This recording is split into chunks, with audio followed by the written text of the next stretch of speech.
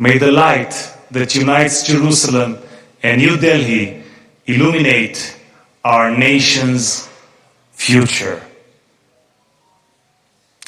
Mr. Prime Minister, a Jerusalem main आपका स्वागत है, Knesset main आपका स्वागत है. Welcome to Jerusalem, welcome to the Knesset.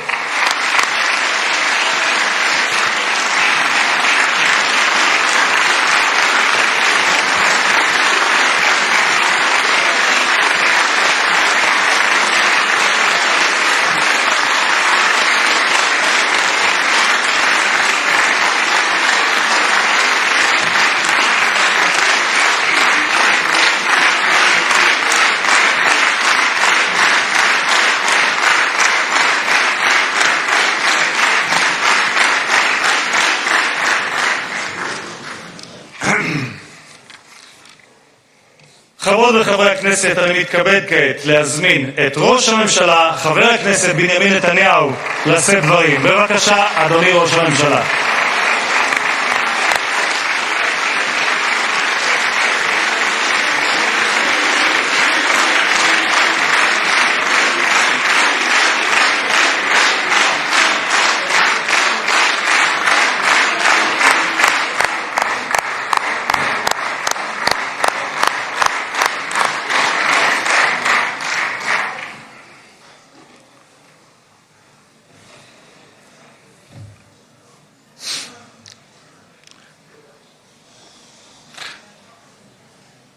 אדוני היושב-ראש,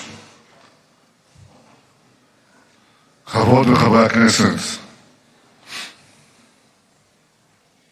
heads of state, prime ministers, they come to the Knesset,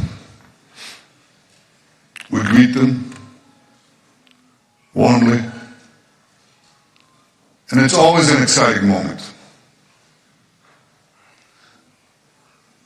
For all of us, and for me too. But I have to tell you, Narendra, my dear friend, I am deeply, deeply moved by your visit here today, because I have to be diplomatic. I will not rank it, because I'll get into trouble. But I've never been more moved than by your visit here with us, a great friend of Israel, a great champion of the Indian-Israeli alliance, and a great leader on the world stage. Welcome to Jerusalem, my dear friend, Prime Minister Narendra Modi, and your distinguished delegation. Welcome to Jerusalem.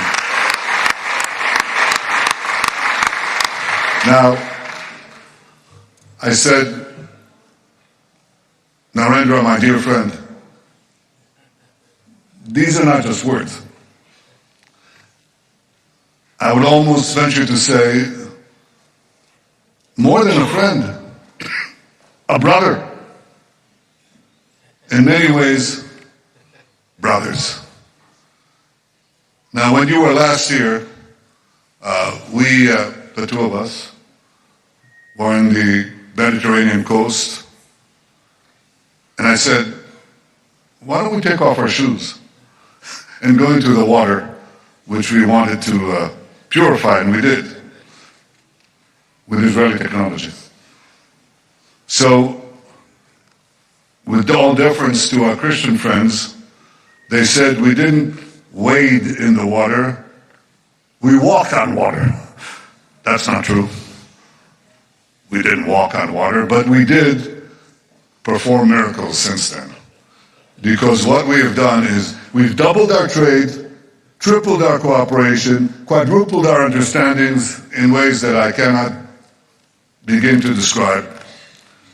And in some ways, probably shouldn't describe. But it's been a wondrous friendship, both personally, between the two of us, and between our two countries and our two peoples. You know, earlier today, my wife Sarah and I greeted you in the airport, and just as you came down the steps, We embraced each other. Because Prime Minister Modi's personal embrace is something special. It's called the Modi hug. It's well known around the world. And when you hug someone closely, truly, you know it's not an act. It's a real thing. It's called the Modi hug. So I want to return the hug here too from every single one of the Knesset members. And it's not only an indication of the personal relations, of the personal friendship between us, but it really reflects the warmth of the tie between our two peoples. Now, India, as you know, India is a gigantic power of almost 1.5 billion people. Israel is somewhat smaller, somewhat. But Israel is gigantic too.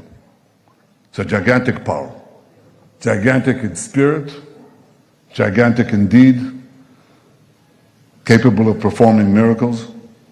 And I want to say that the alliance between us is an enormous multiplier of our individual powers. Enormous multiplier. It's a multiplier of the spirit and a multiplier of deeds and capabilities. We are two ancient civilizations going back thousands of years. And if you look at where human civilization developed on the planet, it developed in a few places. And chief among them, the Indus Valley and the Jordan Valley. These are the places where enormous things developed, enormous spiritual things, conceptual things, matters of the heart, matters of the mind, matters of morality.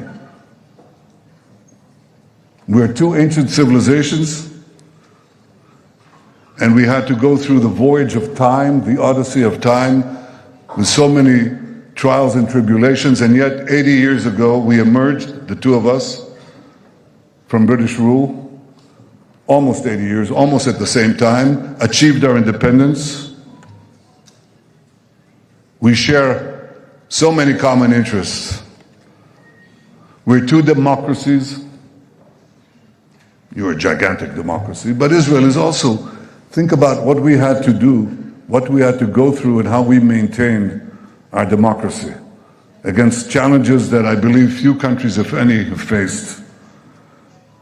We are now deepening our deep bond, את הברית החזקה האסטרטגית הגלויה שיצרנו. יצרנו ברית גלויה.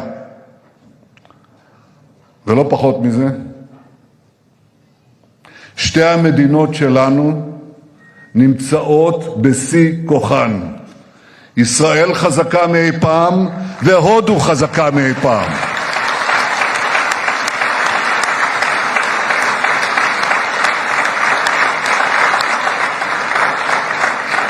אמרתי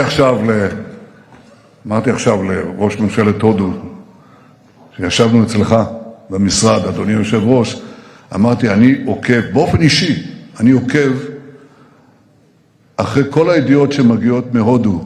הודו עכשיו מדורגת ממספר כזה וכזה בעולם, גבוה גבוה. הודו עכשיו השיגה יעד נוסף, גבוה גבוה. הודו עשתה כך והודו עשתה כך. אני אומר, קודם כל, נרנדרה עשה. ויחד איתו העם ההודי, ואני כל כך מרוצה, אני רק אומר עוד ועוד ועוד. כי ב-12 השנים תחת מנהיגותך אתה יזמת רפורמות, אתה השקעת בתשתיות, אתה עשית בתעסוקה, בבריאות, בחקלאות, ברווחה, באיכות החיים, באנרגיה, בטכנולוגיה, בחדשנות. רציתי להגיד לכם, השמיים הם הגבול, מה פתאום? הודו היא מעצמת חלל, אחת הגדולות בעולם, שמיים לא הגבול.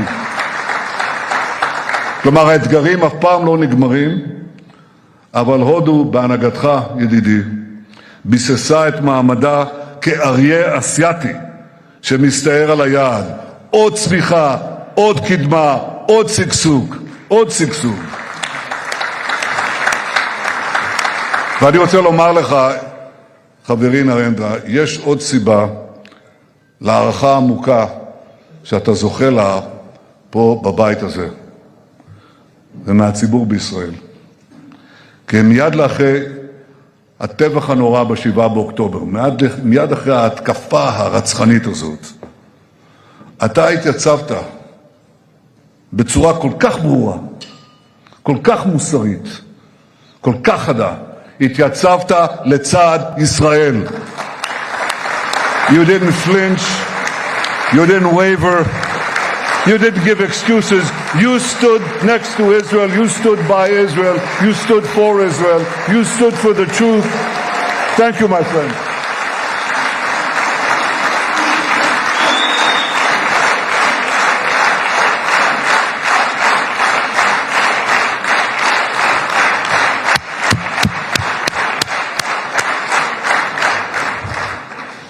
אנחנו אף פעם לא נשכח זאת. אנחנו יודעים מול מה אנחנו התייצבנו. אבל רבים בעולם, אולי בסימפתיה רגעית, ראשונית, שכחו מהר מאוד. ישראל מתייצבת, ניצבה ומתייצבת, בחזית של הציוויליזציה מול האסלאם הקיצוני. ובסיס האם של האסלאם הקיצוני הוא המזרח התיכון. אבל הלבה שפולט הר הגעש של הקנאות הזאת, הלבה הזאת מתפשטת במהירות לכל יבשת, לכל מדינה. הודו כמו ישראל ידע פיגועי טרור קשים שגבו את חייהם של חפים מפשע. כשרעייתי שרה ואני ביקרנו במומבאי, היינו באותו מלון מפורסם שבו הייתה ההתקפה הרצחנית הזאת, ומשם הלכנו כמה מטרים למרכז חב"ד, ששם טרוריסטים מתועבים רצחו את הזוג, שני הורים צעירים של הילד מוישי. ומי הציל את מוישי? מי שהצילה את מוישי הייתה האומנת ההודית שלו. גם את זה לא נשכח אף פעם.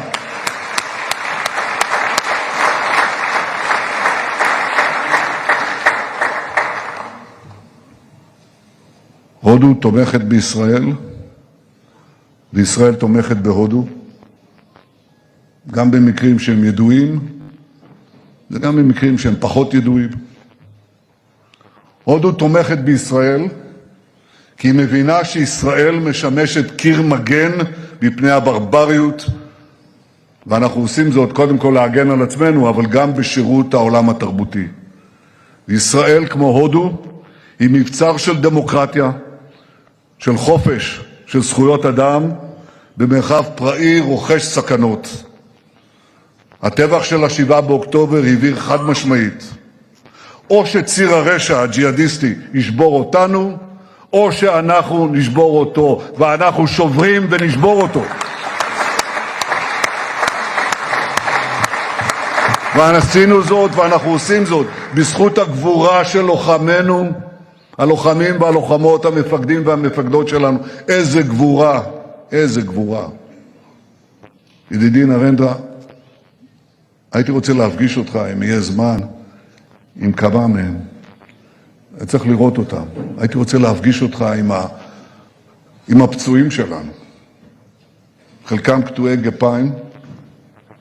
יש אחד מהם, אני אביא את התמונה שלו הערב, אני רוצה להראות לך. קוראים לו ארי, which means lion, ארי שפיץ. And Ari lost his 2 legs and his arms, one of his arms.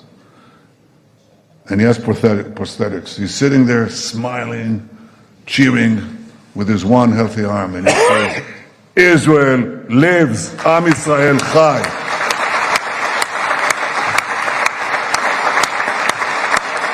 בזכות הגבורה של לוחמינו, בזכות ההחלטות המושכלות והאמיצות שקיבלה ממשלת ישראל שפרוסה פה לפניך, בזכות העמידה האיתנה של אזרחינו, בזכות כל אלה הכינו את אויבינו שוק על ירך ב7 חזיתות של מלחמת התקומה.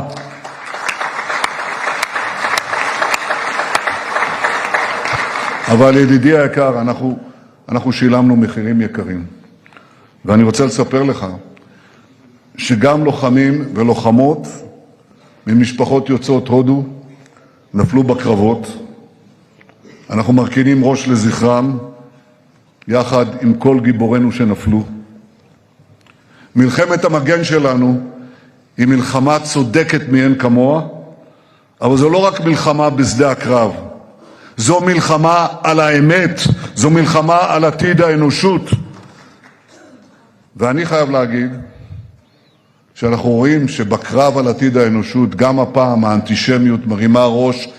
היינו שם רק לפני 80 שנה וראינו את זה. האנטישמיות שמתחילה עם היהודים ואחר כך מסכדת את האנושות כולה. אל מול גלי האנטישמיות והשקרים שמותחים בינינו, לא הרכנו ראש. אבל גם במאבק הזה, נרנדרה, מצאנו בך ובהודו ידידי אמת. In a world where anti-Semitism is rising, India stands out. A civilization where Jews were never persecuted by the state, only welcomed. We don't forget that too. Thank you, India.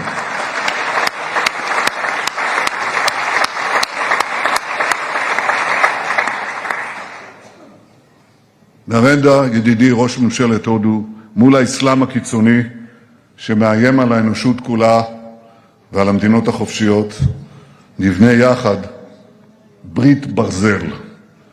ברית של מדינות שדוגלות במתינות, בקדמה, בכבוד האדם, בכבוד הדדי. ברית של מדינות שמקדשות את החיים ושמוכנות להילחם נגד אלה שסוגדות למוות ורוצות להחזיר אותנו אל הברבריות האפלה של ימי הביניים. בשבוע הבא אנחנו נחגוג את חג הפורים, והעם היהודי יקרא את מגילת אסתר מתוך התנ"ך. הודו מוזכרת שם, כפי שאמרת יושב ראש, בתיאור ממלכת פרס ומדי הקדומה, שכדברי המגילה הסתרה מהודו עד כוש. קהילות יהודיות התקיימו במשך הדורות בהודו. מאז שזכינו בעצמאותנו, רבבות יהודים ילידי הודו באו לישראל, ולאחרונה החלטנו בממשלה לעלות לארץ חלק מקהילת בני המנשה בהודו. פגשנו את הנציגים שלהם, ילדים חמודים, ואחד מההורים אמר לי, אנחנו לא בני מנשה, אנחנו בני ישראל, נכון מאוד, והם עולים ארצה, מתוך רצונם להיקלט במדינתנו. כי הכמיהה לציון, הכמיהה לארץ ישראל, עומדת בלב החזון הציוני. את זה הבינו כמה מגדולי הרוח של הודו, שהתייחסו לציונות בראשית דרכה באהדה גדולה. ביניהם היה המשורר הדגול, טגור. טגור זכה בפרס נובל לספרות עוד לפני מלחמת העולם הראשונה.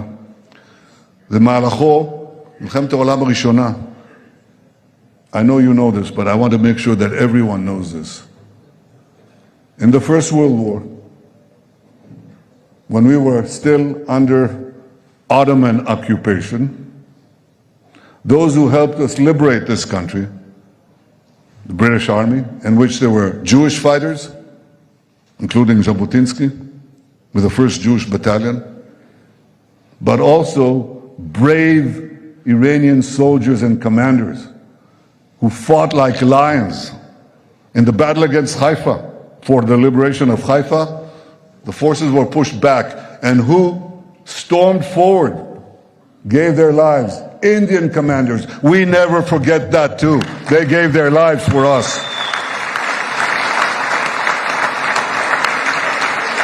Tagore spoke so positively about our national movement, and his writings were translated into Hebrew. היו מי שישבו את דמותו, עטורת הזקן הלבן, לנביאי ישראל. מילים שיצאו בהודו דיברו אלינו, וכך גם מספרים שיצאו מהודו. דודי המנוח, פרופסור אלישע נתניהו, זיכרונו לברכה, היה ממקימי הפקולטה למתמטיקה בטכניון. That's our equivalent of MIT. הדוד אלישע תמיד דיבר איתי בהערצה על המתמטיקאים ההודים, ובייחוד הוא הזכיר את רמנוג'ן. הזכיר אותו הרבה פעמים, כי התגליות הגאוניות של רמנוג'ן בתחילת המאה ה-20 שינו את פני המתמטיקה. רמנוג'ן בא מהעם. הוא בא מהעם. הוא לא בא מאוניברסיטה. גם אתה באת מהעם. אתה צמחת מהעם. אתה עלית מעלה כי ידעת מהם השורשים שלך. ובכן, כל זה קרה בתחילת המאה הקודמת.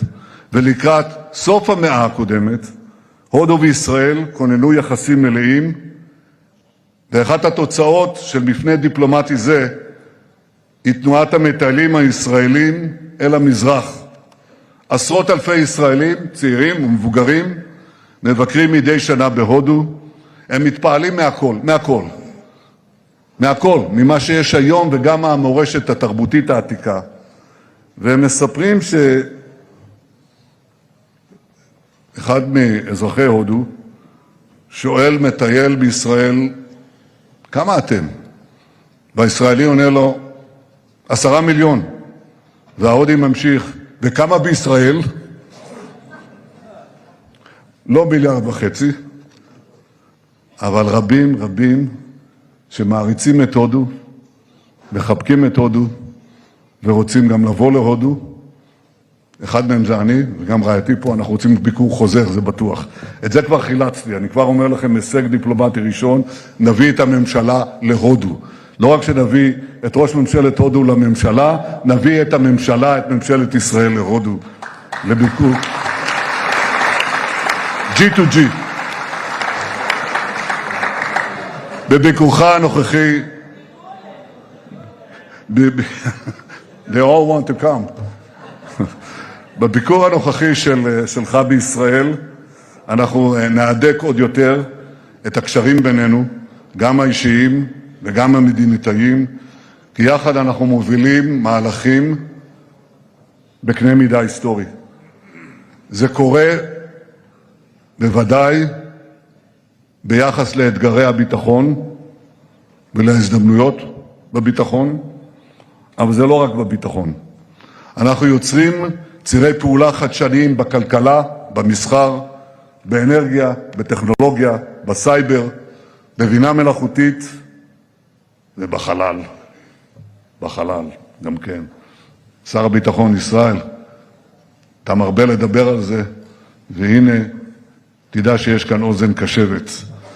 אנחנו מפתחים יחד את יוזמת איימק.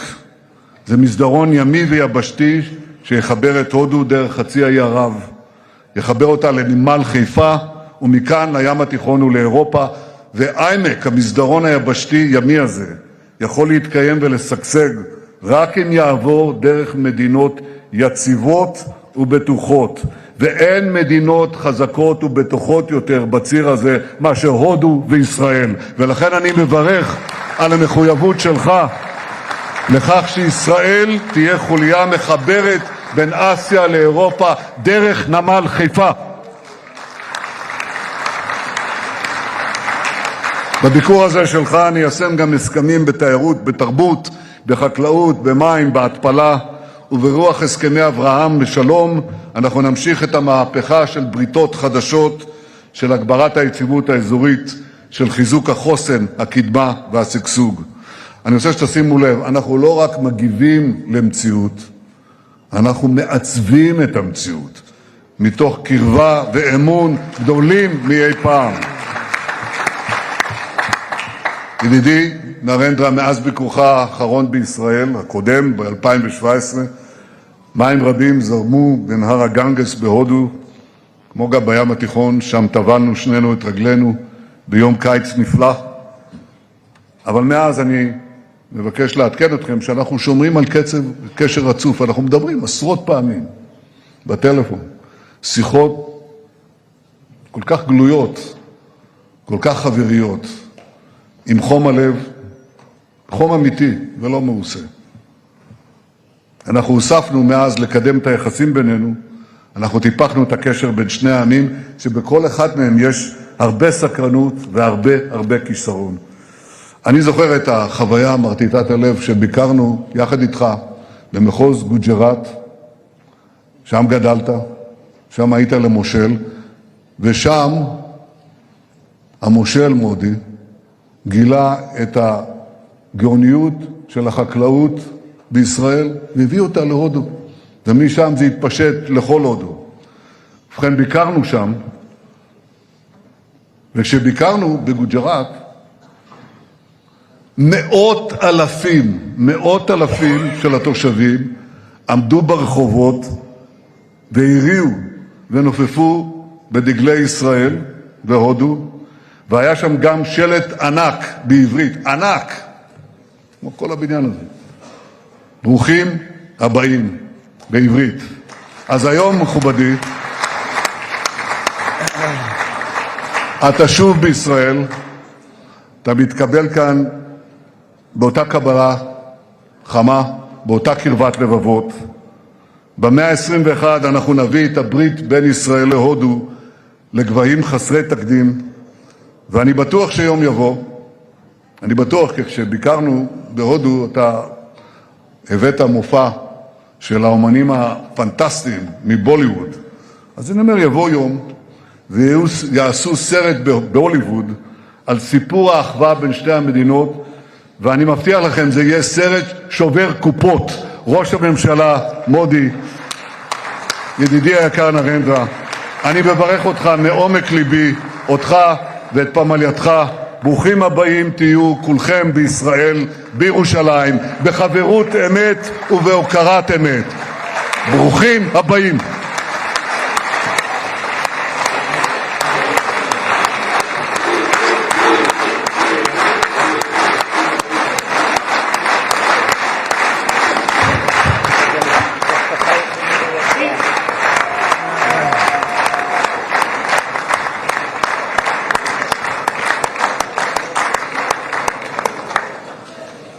תודה לראש הממשלה, ואני מזמין כעת את ראש האופוזיציה, חבר הכנסת יאיר לפיד, לשאת דברים. בבקשה.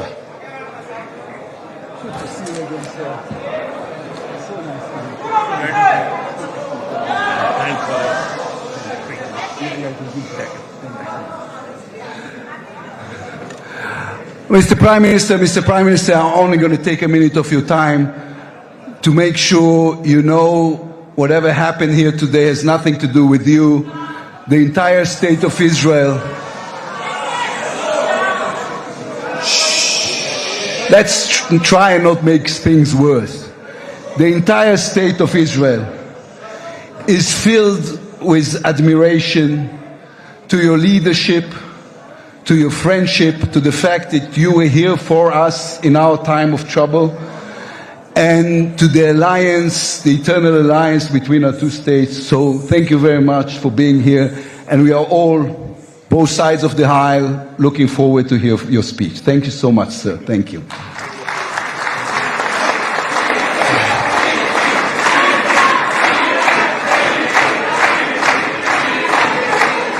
אני מתכבד, חברות וחברי הכנסת, אני מתכבד כעת להזמין את ראש ממשלת הודו, מר נרנדרה מודי, לשאת דברים. בבקשה.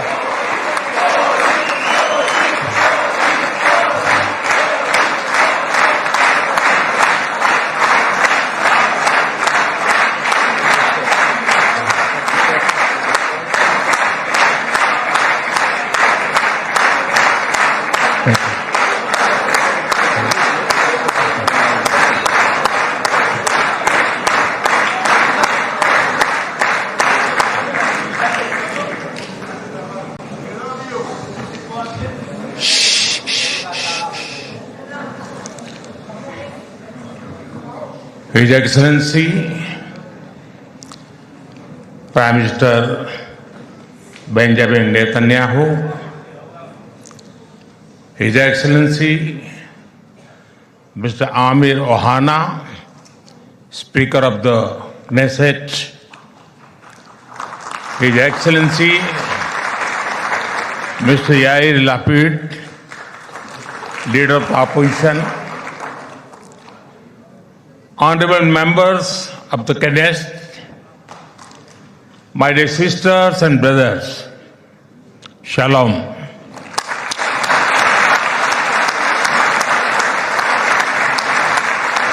Namaste. Honorable members, it is a privilege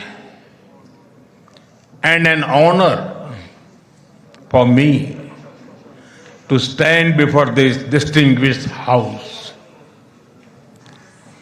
I do so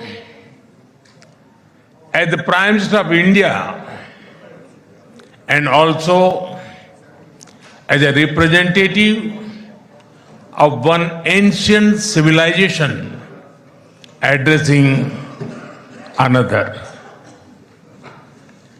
I bring with me the greetings of 1.4 billion Indians and a message of friendship, respect, and partnership.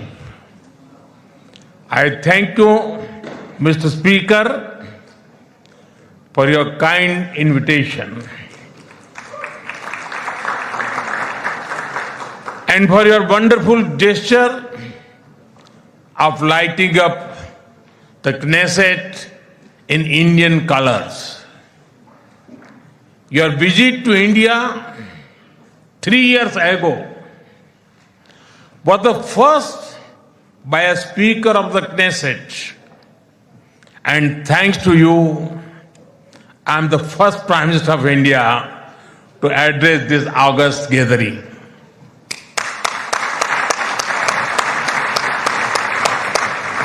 Nine years ago, I had the good fortune to be the first Prime Minister of India to visit Israel. And I'm very happy to be here again, returning to a land to which I have always felt drawn. After all, I was born on the same day that India formally recognized Israel, September 17, 1950.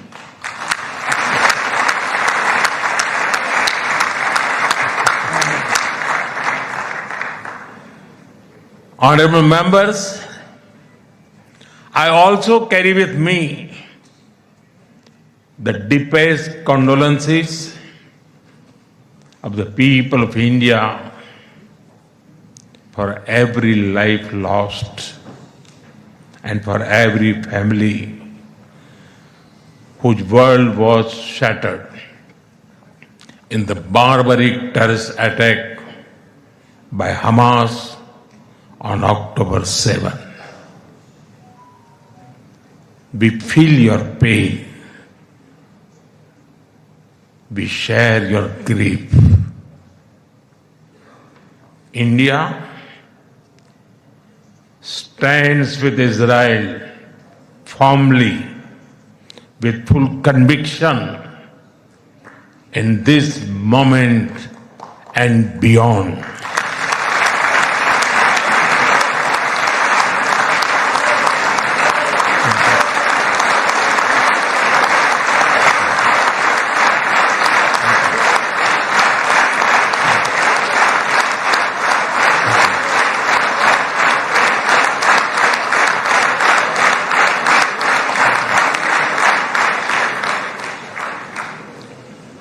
No cause can justify the murder of civilians. Nothing can justify terrorism. India has also endured the pain of terrorism for a long time. We remember the 26/11 Mumbai attacks and the innocent lives lost, including Israeli citizens. Like you,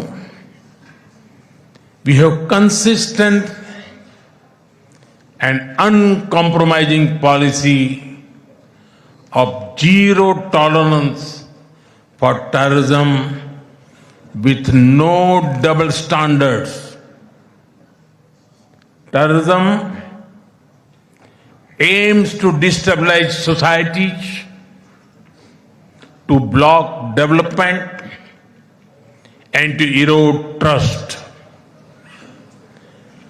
Countering terrorism requires sustained and coordinated global action because terror anywhere threatens peace everywhere. That is why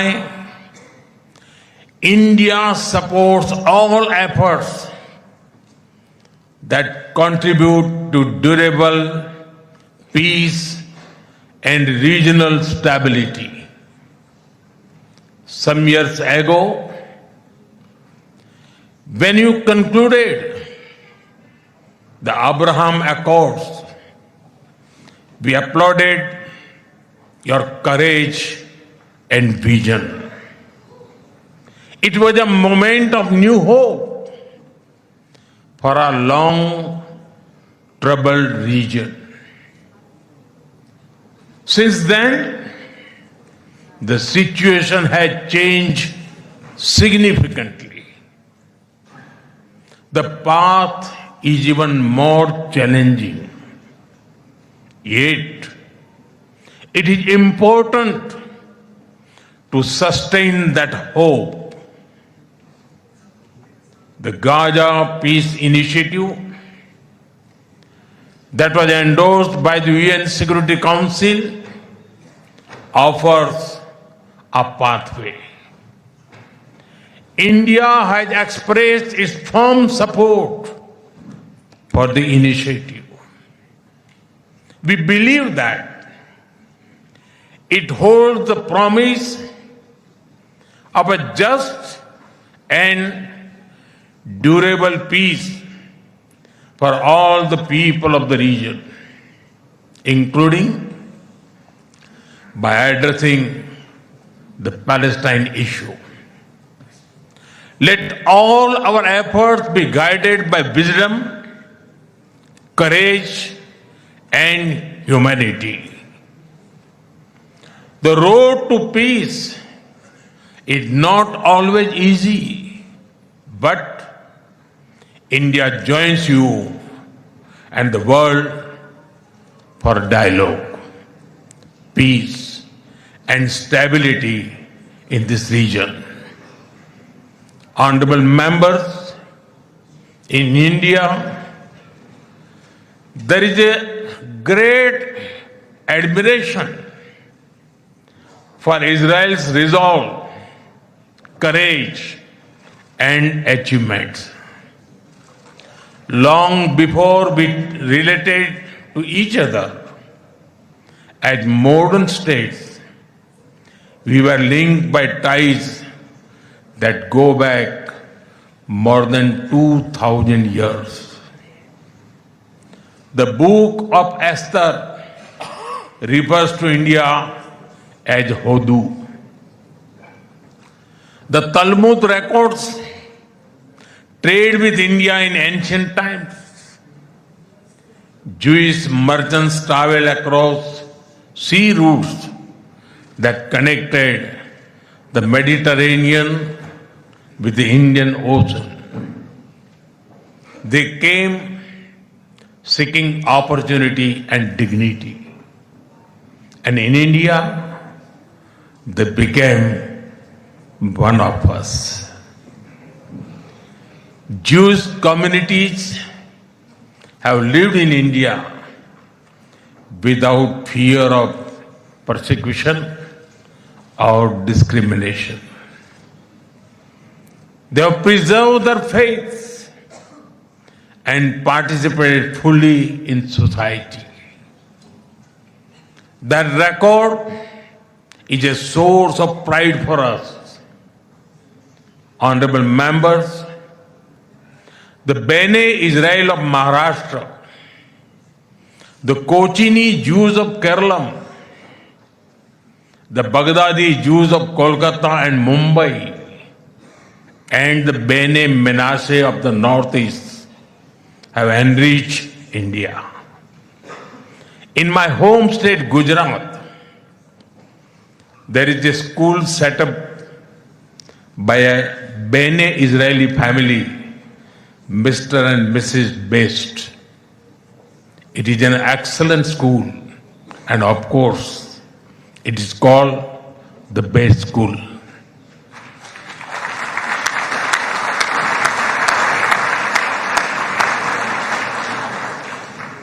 Edwin Myers gave shape to the film's division of India and was towering figure in the history of Indian cinema. Dr. Rubin David was the founder of the Kankaria Zoo in Ahmedabad.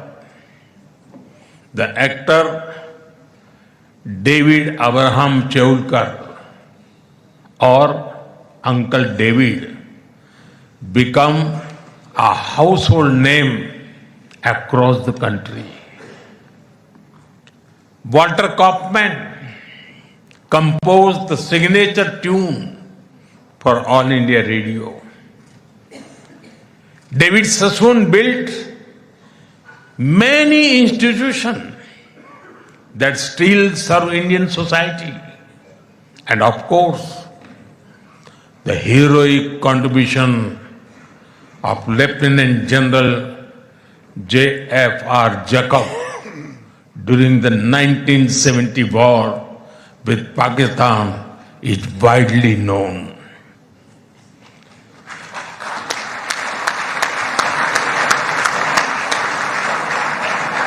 I had the honor of working closely with him after his retirement.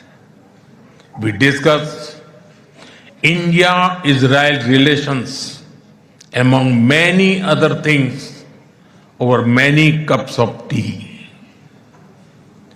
There have been countless others whose contributions are woven into India's rich fabric of life. Honorable members, there was movement from India to Israel too, when many Indian Jews migrated to Israel in the mid-20th century. Today, a vibrant Indian origin Jewish community lives here.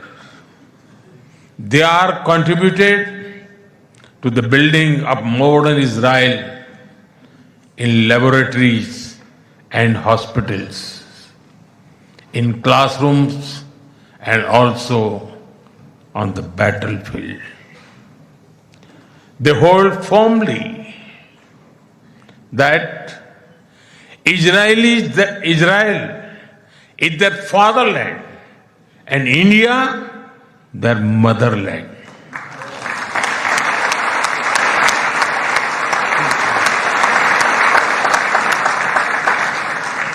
We are proud of them. Honorable members, India's connection to this land is also written in blood and sacrifice. During the First World War, more than 4,000 Indian soldiers laid down their lives in this region. The cavalry charge at Haifa in September 1918 remains a significant chapter in military history. Major Thakur Dalpat Singh, remembered as the hero of Haifa, symbolized the shared history. During my last visit, I was deeply moved to pay my respect at the Haifa Memorial for Indian soldiers. Honorable members, last month, the world marked the International Holocaust Remembrance Day. The Holocaust stands as one of humanity's darkest chapters. Yet, even in those turbulent years, some acts of humanity stood out. The Maharaja of Navanagar in Gujarat, also known as the Jam Sahib, offered refuge to Polish children, including Jewish children who had nowhere else to turn. I am told that a statue of Jam Sahib was unveiled in Moshav Nevatim recently. Thank you. Thank you for this honor and remembrance. Honorable members, after India's independence, many Indian leaders felt a kinship with the people of Israel. India's parliamentary debates of the 1950s are witness to their admiration for Israel's effort to develop agriculture in the desert. The kibbutz movement of Israel inspired our leaders like Acharya Vinoba Bhave and Loknayak Jayaprakash Narayan. First in my home state Gujarat and now across India, I've seen the approach of per drop, more crop work wonders in agriculture. My own first visit to Israel was in 2006 as the Chief Minister of Gujarat. Later in 2017, during my visit to Israel as Prime Minister, our two countries elevated the relationship to a strategic partnership. Since then, our engagement has expanded in scale and scope, and we are committed to further consolidate this relationship across many sectors. Honorable members, for the last few years, India has been the fastest growing major economy in the world. Soon, we will be among the top 3 economies globally.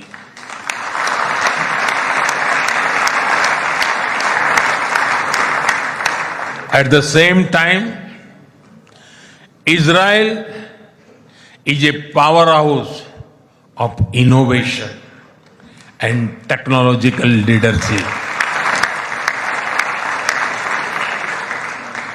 This creates a natural foundation for our forward-looking partnership.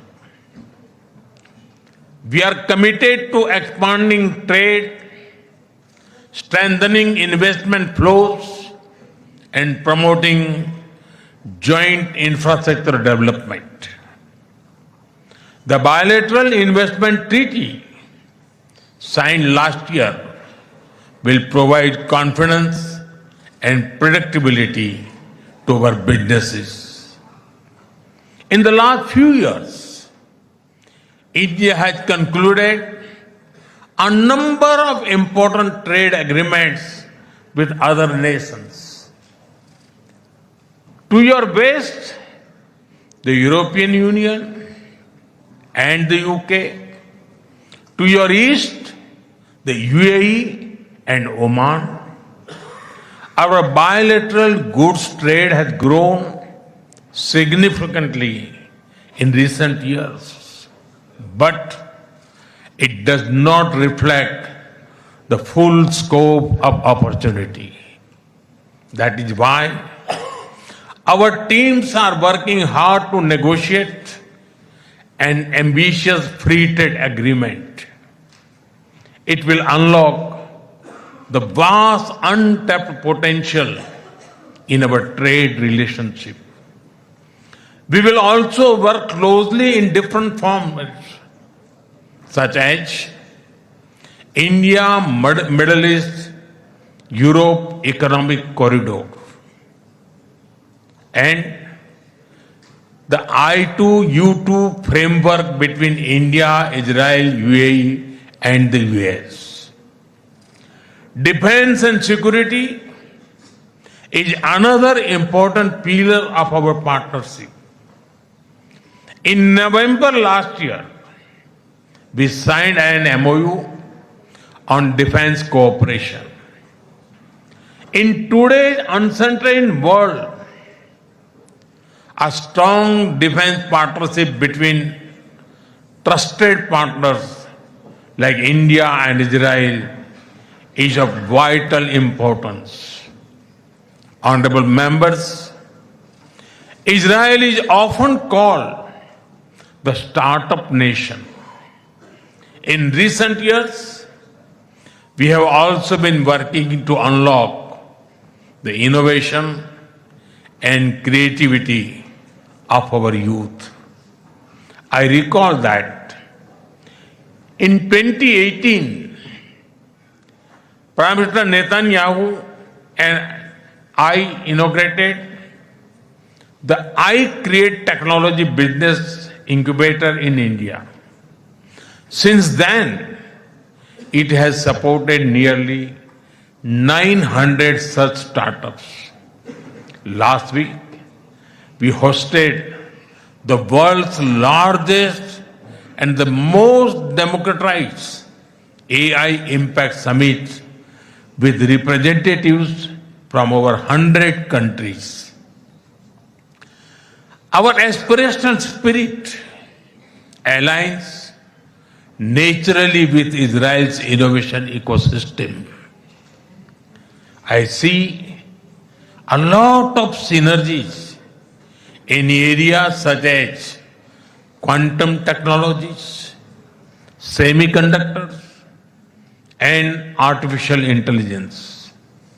We are also working with Israel on creating cross-border financial linkages using our digital public infrastructure.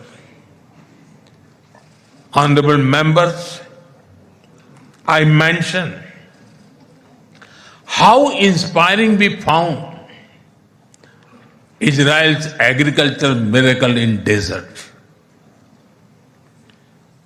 Israeli expertise in precision irrigation and water management has already transformed agricultural practices in India. Together, we have established 43 centers of excellence across India that have provided training to more than 500,000 farmers. We should now set an ambitious goal to expanding to 100 centers to benefit millions of farmers and fishermen. Honorable members, at the heart of the India-Israel partnership are the ties between our peoples. When I first visited Israel in 2006, there were a handful of yoga centers in Israel. Today, yoga seems to be practiced in almost every neighborhood. I am told that interest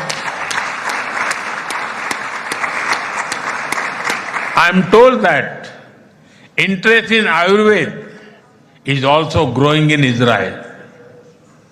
I invite more and more young Israelis to travel to India.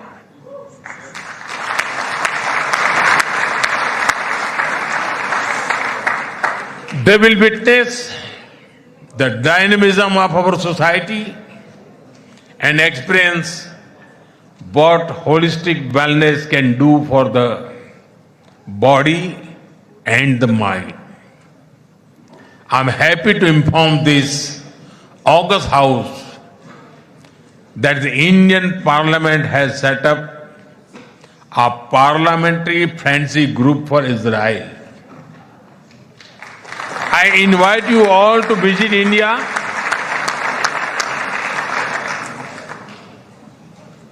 and look forward to having more exchanges between our members of parliament.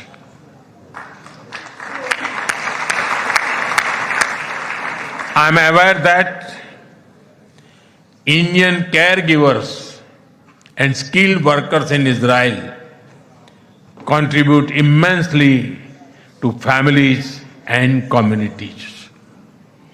They have displayed remarkable courage and dedication in times of crisis, including on October 7. We are proud of them.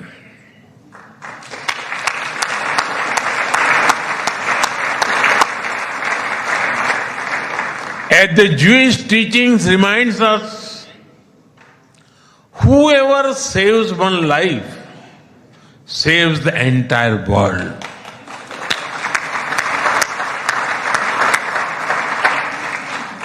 Their service reflects the strength of the human bonds behind our cooperation.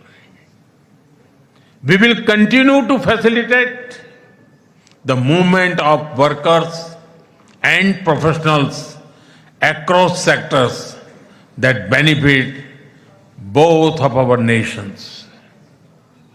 Honorable members, we are both ancient civilizations,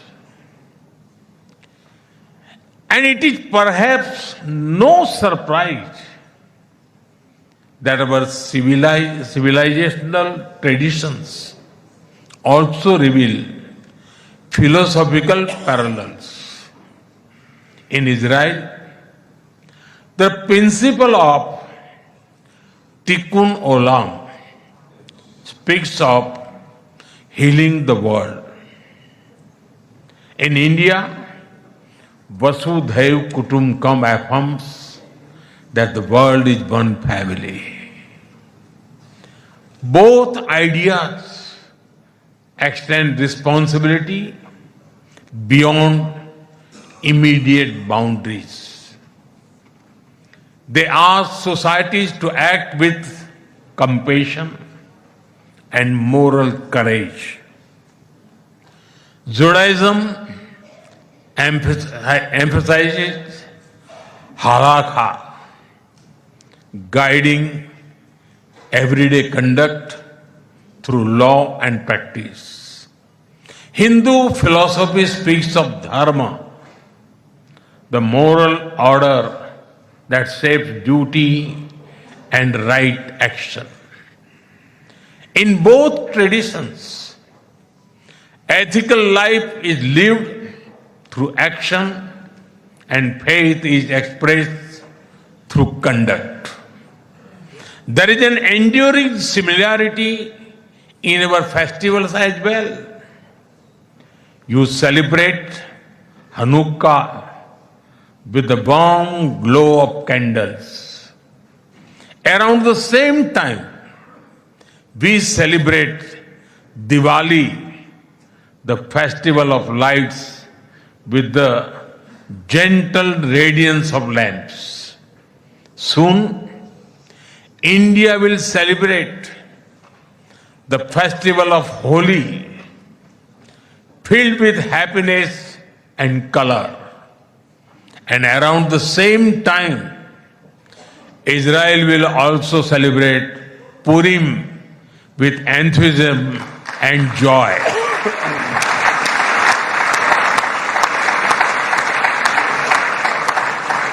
Honorable members, our shared ideals are the deep foundations that give strength to our modern partnership. We are democracies shaped by history and focus on the future. Our partnership is grounded in shared experience and shared aspirations. Our strong partnership not only serves national interests but also contributes to global stability and prosperity.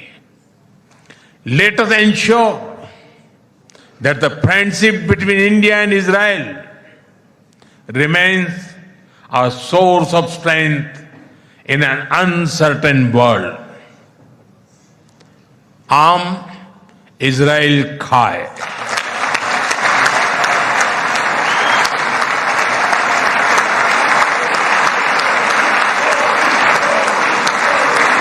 Jai Hind. Thank you.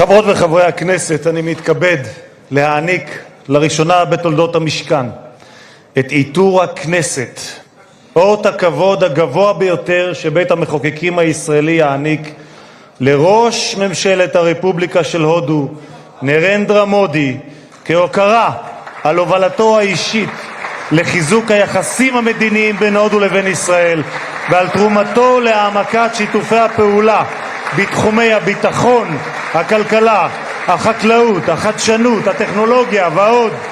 מנהיגותו, כפי שיכולתם להתרשם כולכם, מבטאת ידידות אמיצה ומחויבות לשותפות ארוכת טווח המבוססת על ערכים משותפים ואינטרסים משותפים בין שתי המדינות. בבקשה אדוני.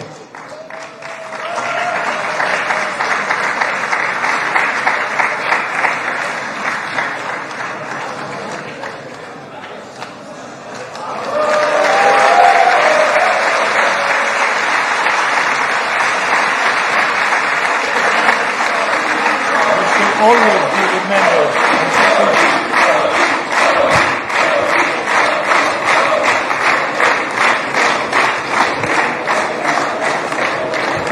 כבוד יושב ראש הכנסת וכבוד ראש ממשלת הודו. I'll go and meet the people. Okay.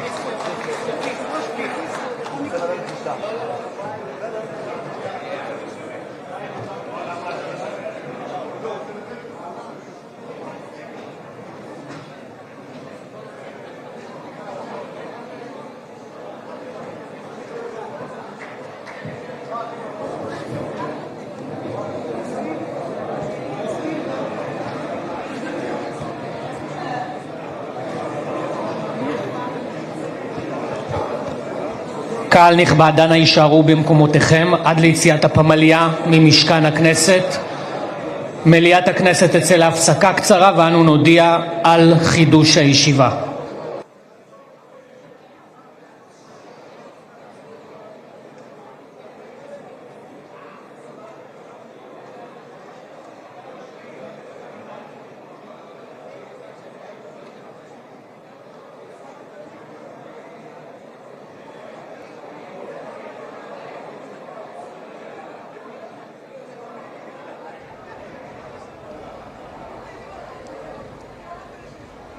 Israel की संसद Knesset में प्रधानमंत्री नरेंद्र मोदी का संबोधन और उससे पहले हमने देखा कि क्नेसेट में स्पीकर आमिर ओहाना ने अपने संबोधन से शुरुआत की और उन्होंने प्रधानमंत्री नरेंद्र मोदी द्वारा लिखित कविता होप का उदाहरण दिया और बताया कि कैसे भारत और इजराइल के बीच की जो साझेदारी है वो होप पर ही आधारित है। It is the partnership of hope जो आधार है। उन्होंने बहुत ही गर्मजोशी के साथ प्रधानमंत्री नरेंद्र मोदी के लिए कहा, क्नेसेट में आपका स्वागत है। और उसके बाद इजराइल के प्रधानमंत्री बेन्यामिन नेतन्याहू ने बहुत ही भावपूर्ण शब्दों के साथ अपने संबोधन का आरंभ किया और गर्मजोशी के साथ ही बहुत ही दोस्ताना शब्दों के साथ उन्होंने प्रधानमंत्री नरेंद्र मोदी का स्वागत किया और उन्होंने नरेंद्र माय फ्रेंड कह के उन्हें संबोधित किया और कहा कि वे दोस्त से आगे बढ़कर भाई की तरह हैं। और उन्होंने प्रधानमंत्री नरेंद्र मोदी को एशिया के शेर कह के भी संबोधित किया और प्रधानमंत्री नरेंद्र मोदी के तेल अवीव में आगमन पर जिस तरीके से उन्होंने उन्हें गले लगाया था, उन्होंने उसको द मोदी हक का नाम देते हुए उन पलों को भी याद किया। और जिस तरीके से भारत सदैव इजराइल के साथ हर मुश्किल में खड़ा रहा है उसको देखते हुए उन्होंने थैंक यू माय फ्रेंड कह के अपने संबोधन को समाप्त किया और प्रधानमंत्री नरेंद्र मोदी ने भी शलोम कहकर अपने संबोधन की शुरुआत की।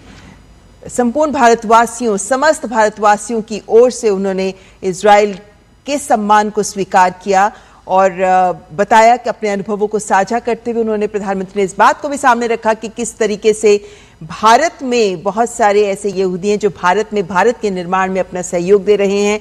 विभिन्न उदाहरण देते हुए प्रधानमंत्री ने बताया कि किन मायनों में दोनों देशों के रिश्ते बहुत खास हैं। खास तौर पर अपने जन्मतिथि को भी जब प्रधानमंत्री नरेंद्र मोदी ने इस बात को सामने रखा कि किस तरीके से उनकी जन्मतिथि भी दोनों देशों को जोड़ती है नरेंद्र, और ये बहुत महत्वपूर्ण बिंदु है जो प्रधानमंत्री ने सामने रखा आज के इस वक्त में। बिल्कुल, और ये महत्वपूर्ण तस्वीरें और गवाह बनी है आज इजराइल की संसद, जहां पे मोदी मोदी के नारे लगे। हम हिंदुस्तान में तो अक्सर चुनावी रैलियों से लेकर भारतीय संसद में भी इस प्रकार की तस्वीरों और इस प्रकार के नारों के लिए हमें अपेक्षा होती है, लेकिन इजराइल की संसद में मोदी मोदी के नारे लगना ये उनकी स्वीकारता को दर्शाता है, उनके प्रति आकर्षण को दर्शाता है और ये अपने आप में बेहद महत्वपूर्ण ममता और ये तस्वीरें अपने आप में निश्चित तौर से ये गवाही देती हैं कि तमाम जो सांसद हैं इजराइल के वो इस वक्त प्रधानमंत्री के साथ एक तस्वीर लेने को उत्सुक नजर आ रहे हैं। उनके भाषण के बाद में भारत और इजराइल की दोस्ती का जो एक बड़ा आधार उन्होंने तैयार किया, तमाम बातों का जिक्र किया, भविष्य का रोड मैप दिया। यहाँ पे हम सबको जरूर बताना चाहेंगे कि इजराइल की संसद क्नेसेट ने प्रधानमंत्री नरेंद्र मोदी को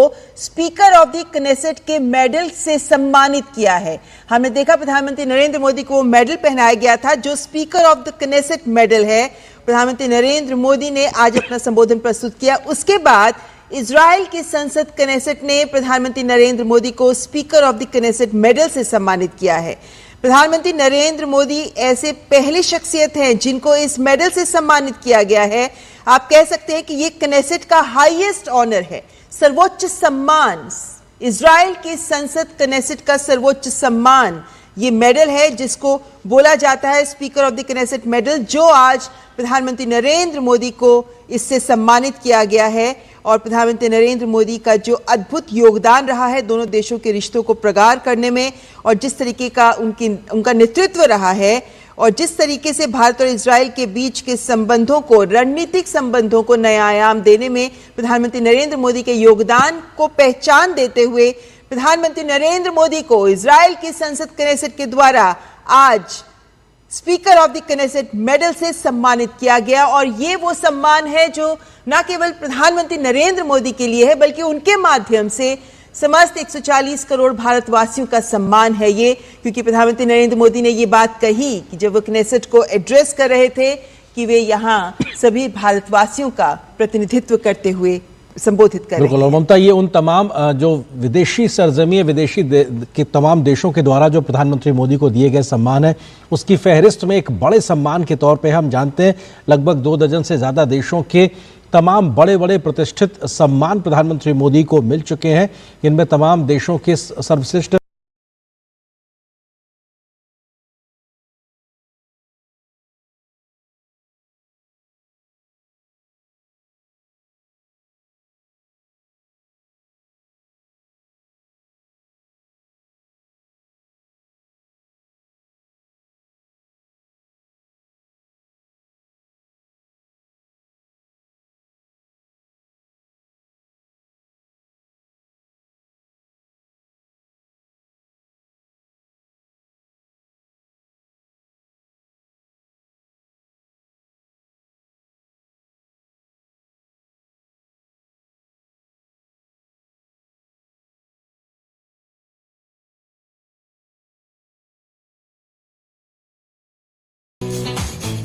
Thank you so much, everybody.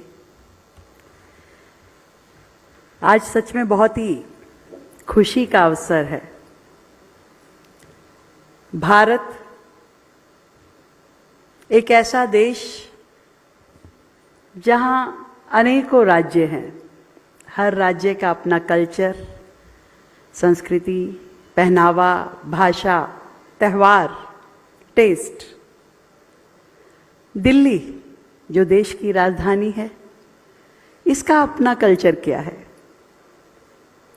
और सही बात है, दिल्ली तो देश का आईना है, भारत का आईना है, और इसलिए पूरे देश का, हर राज्य का जो कल्चर है वो दिल्ली का कल्चर है।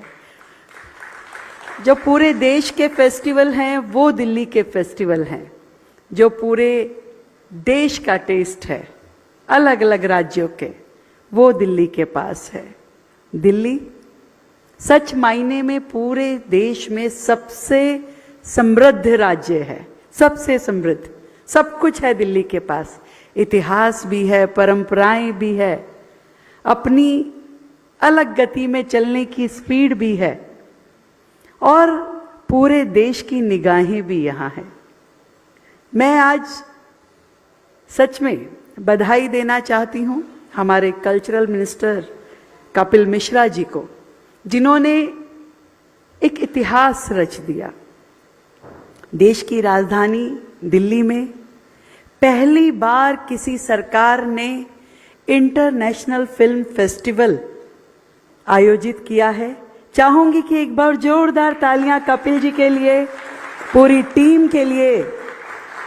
इतने कम समय में अभी हमारी सरकार को केवल एक साल 365 डेज ही पूरे हुए हैं, और इस एक साल में आपने शानदार इंटरनेशनल फिल्म फेस्टिवल दिल्ली में आयोजित हो, इसके लिए इतनी शानदार टीम जो आपकी ऑर्गेनाइजिंग कमेटी है, मैं आप सबको भी बहुत बधाई देती हूँ।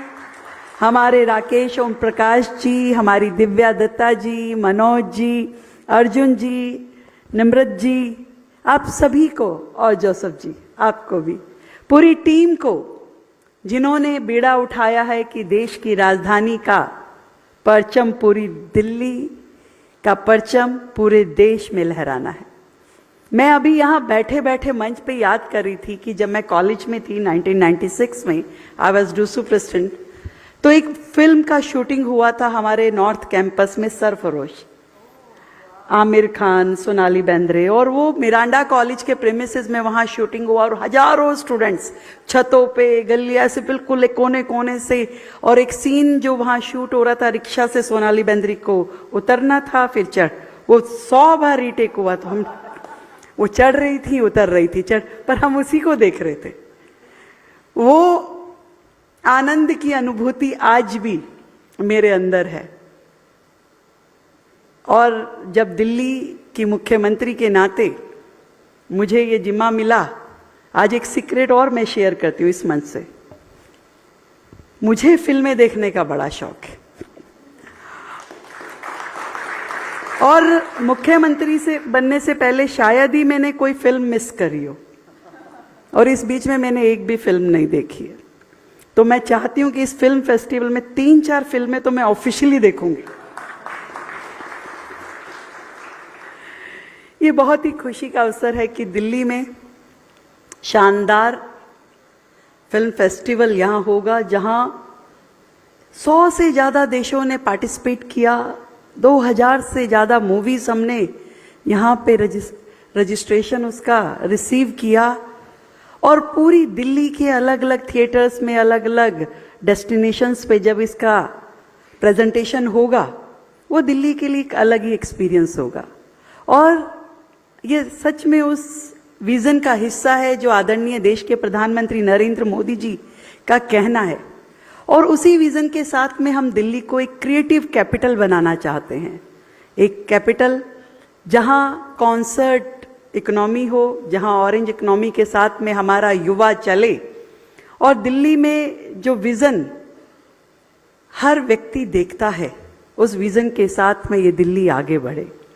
मैं ये समझती हूँ कि ये फिल्म फेस्टिवल नए कीर्तिमान स्थापित करेगा, देश दुनिया में एक मुकाम पे पहुँचेगा और हजारों लोग दिल्ली में इस फेस्टिवल से जुड़ेंगे और इसको एंजॉय करेंगे। Thank you so much. आप सबको मेरी ओर से ढेर सारी बधाई, शुभकामनाएं। और सच में ये इवेंट इस साल का पहला इवेंट है, पर हर साल इसे हम करेंगे और हर बार और ज़्यादा खुशी के साथ और ऊंचाइयों के साथ। Thank you so much.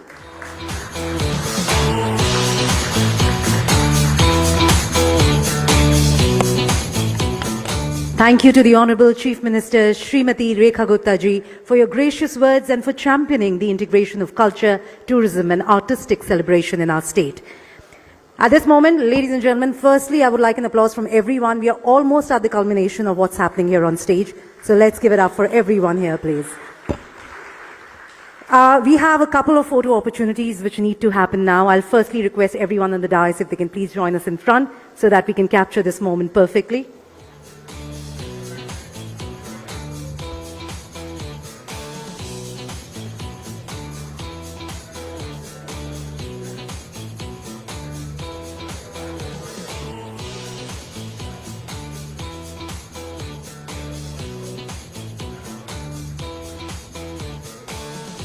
Can I please also request Shri Rajiv Verma, IAS, Chief Secretary, Delhi, Shri Prithul Kumar, IAS, Joint Secretary, Broadcasting, Ministry of Information and Broadcasting, Government of India, Ms. Niharika Rai, IAS, Secretary, Tourism, Shri Sunil Anchipaka, IAS, Managing Director and CEO, DTDC,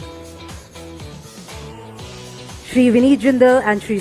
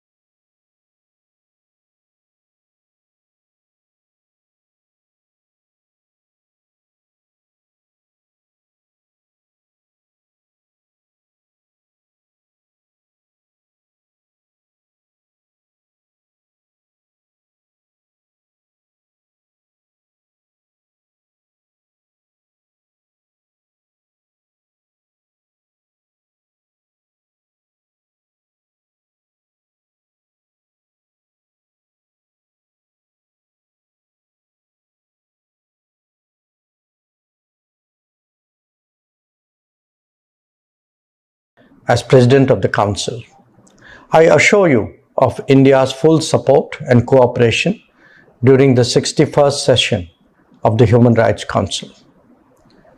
India began this high-level segment as an elected member of the Human Rights Council.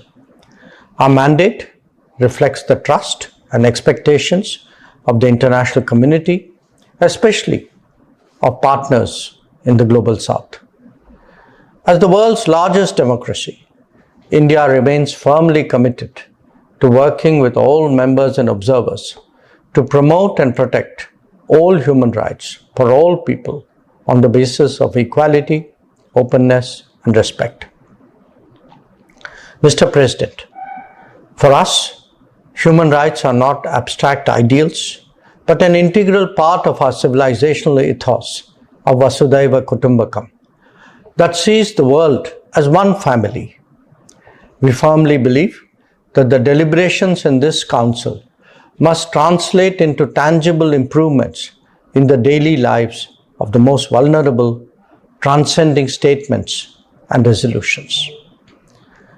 In recent years, the devastating impact of the pandemic, climate change, geopolitical tensions, and economic stress have exacerbated existing inequities.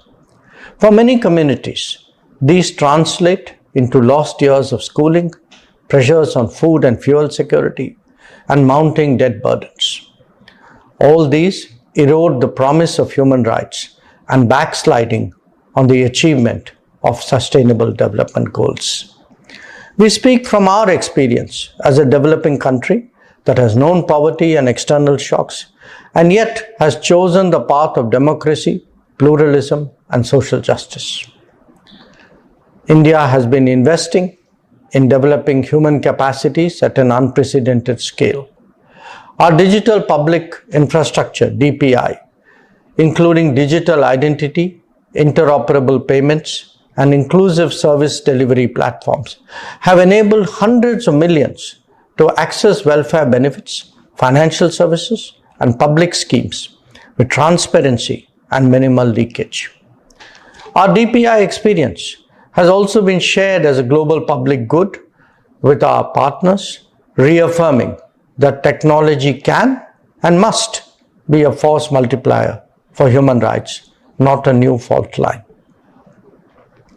Mr. President, in a world marred by conflict, polarization, and uncertainty, India seeks to find and expand common ground.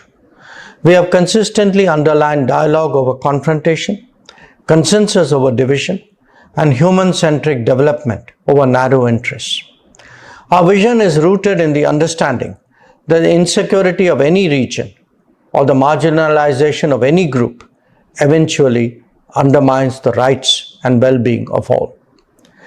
India approaches this council with the conviction that human rights are best advanced through dialogue, capacity building, and genuine partnerships, and not by politicization, selectivity, or double standards.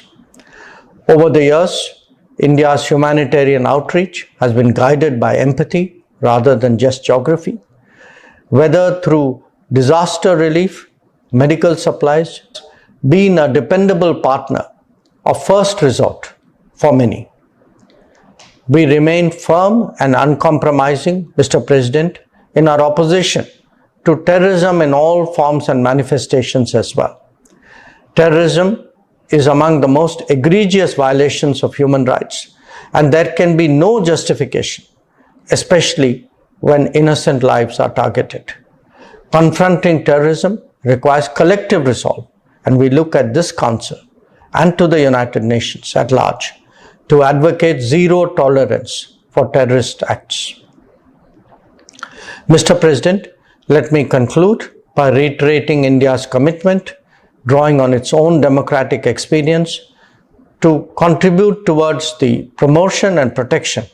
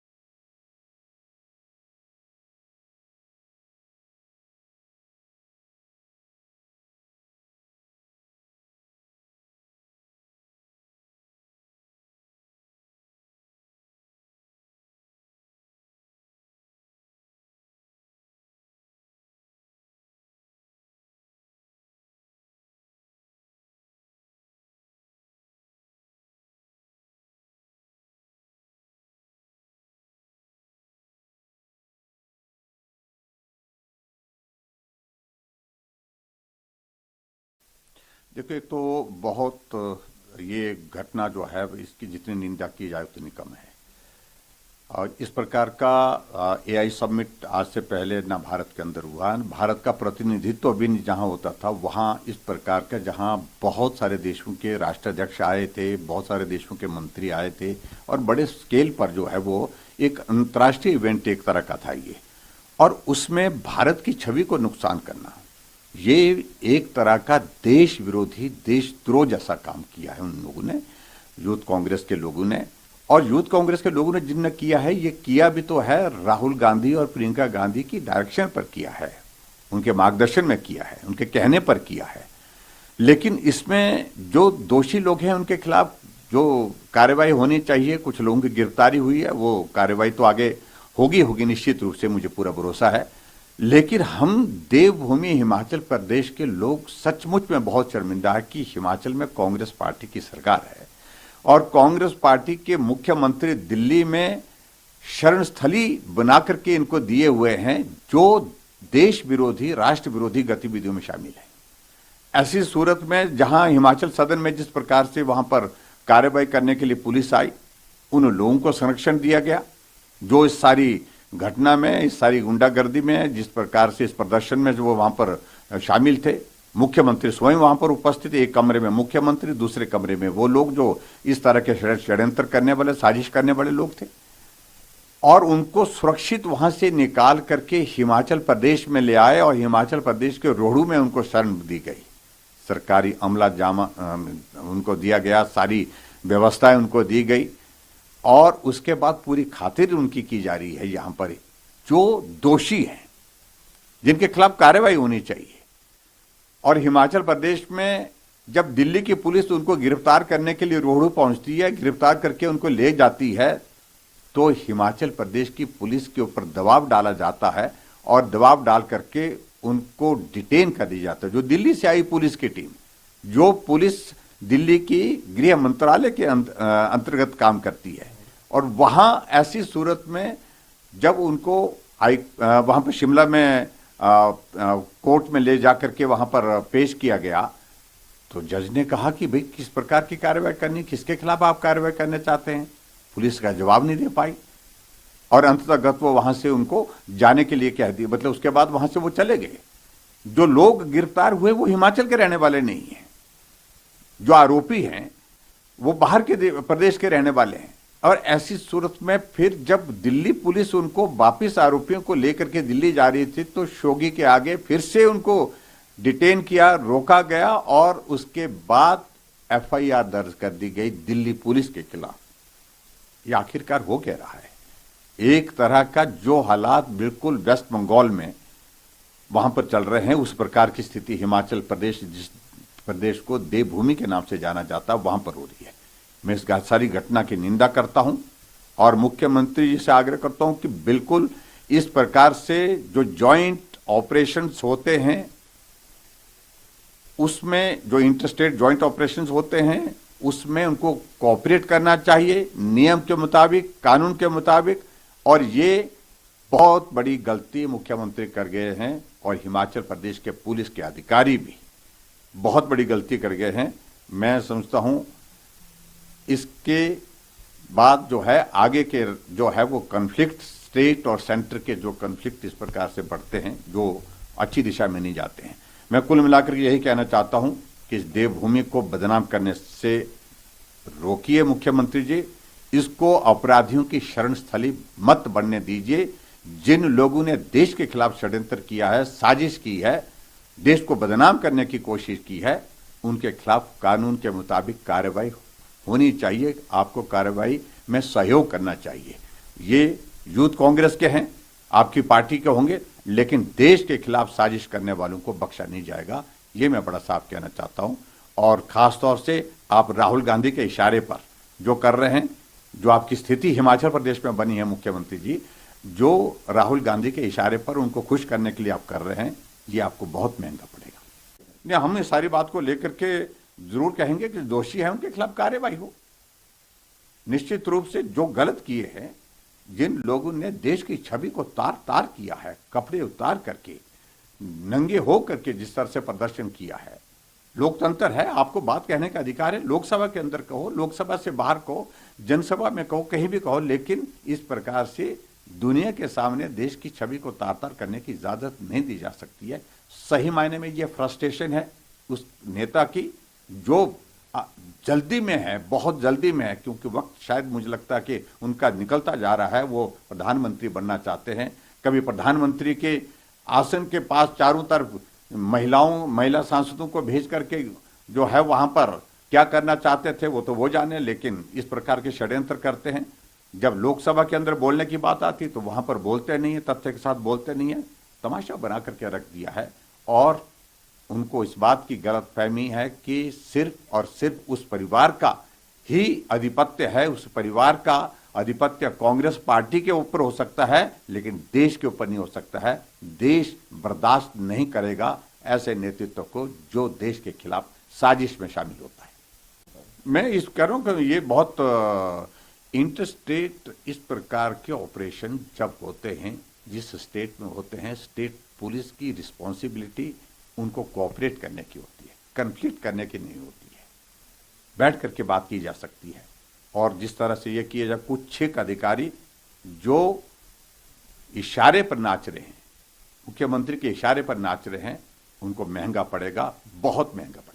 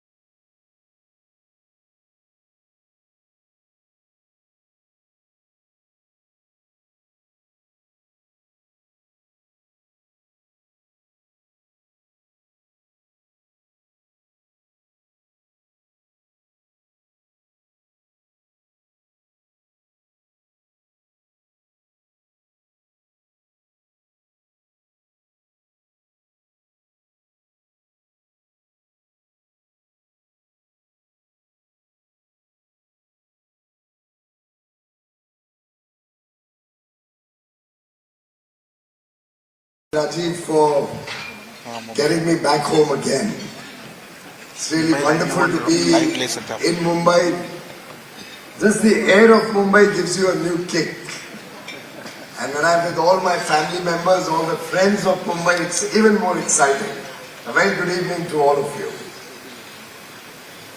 Truly delighted to once again be a part of the ENY Entrepreneur of the Year program. I came here in 2018 at the Taj Lands End. Again in 2020. I think last year I addressed you virtually. I wanted to address you virtually again today. But I really served the nation very honorably. Rajiv Memani has over the years not only been a great friend and well-wisher, but somebody who spoke his mind, criticized us, criticized me personally, given me a lot of grief, but always for my good. And I really appreciate your friendship and will hope that you will continue to always be a part of my life. Thank you very much, Rajiv. A big congratulations to all the finalists, to all the winners of the Entrepreneur of the Year award. Each one of you truly deserves to be recognized. What you have achieved, many of you in a short period of time, is phenomenal. That is what defines New India. That is the future of India. And you are all role models who will, I'm sure, in the years to come, mentor and encourage many more entrepreneurs, many more startups as they move up in their journey to explore uncharted territories. I wonder if you noticed how the composition of the ENY Awards is changing over the years. Even until 8 or 9 years ago, you would usually have the traditional old age industry being recognized. You would have steel mill owners and cement plant owners. बड़े-बड़े घराने के लोगों को award मिलते थे. I'm not suggesting that ENY would check the billing to that company.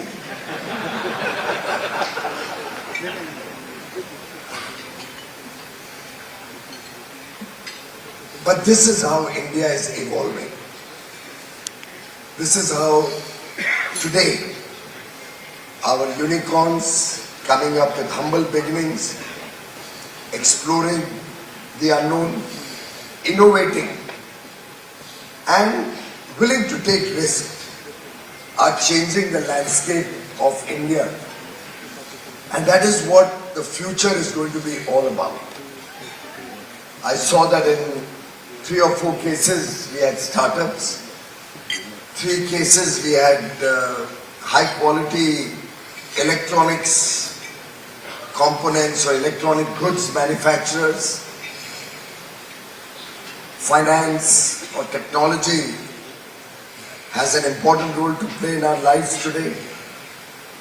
And very clearly, it is evident that youth power is becoming very relevant for India's growth story.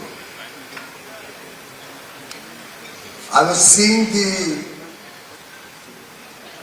executives of the companies talk about their company, their founders, and I could clearly see how important human capital and passion in the job was evident in the comments that we just heard.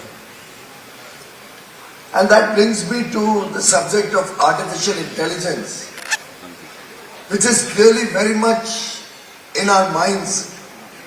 We've just concluded a very, very successful AI summit. Of course, the opposition doesn't seem to be able to celebrate anything good that happens in India. So they decide to go topless. But I think in any case they've lost their shirt. The fact of life is today, India is becoming a very important player when it comes to technology, when it comes to talent and skill required to engage with technology at scale. And across the world, Indian talent is respected, is wanted, and is giving very, very profound results. Some people are worried about the impact of AI on jobs in the Indian economy. I, for one, am not at all worried. I can clearly see before my eyes how the nature of job may certainly change. Salary levels may also go up, which is good for the economy. But we are going to need more and more talent as India uses artificial intelligence for its own growth story, providing services to the rest of the world, expanding our exports and services, our talent serving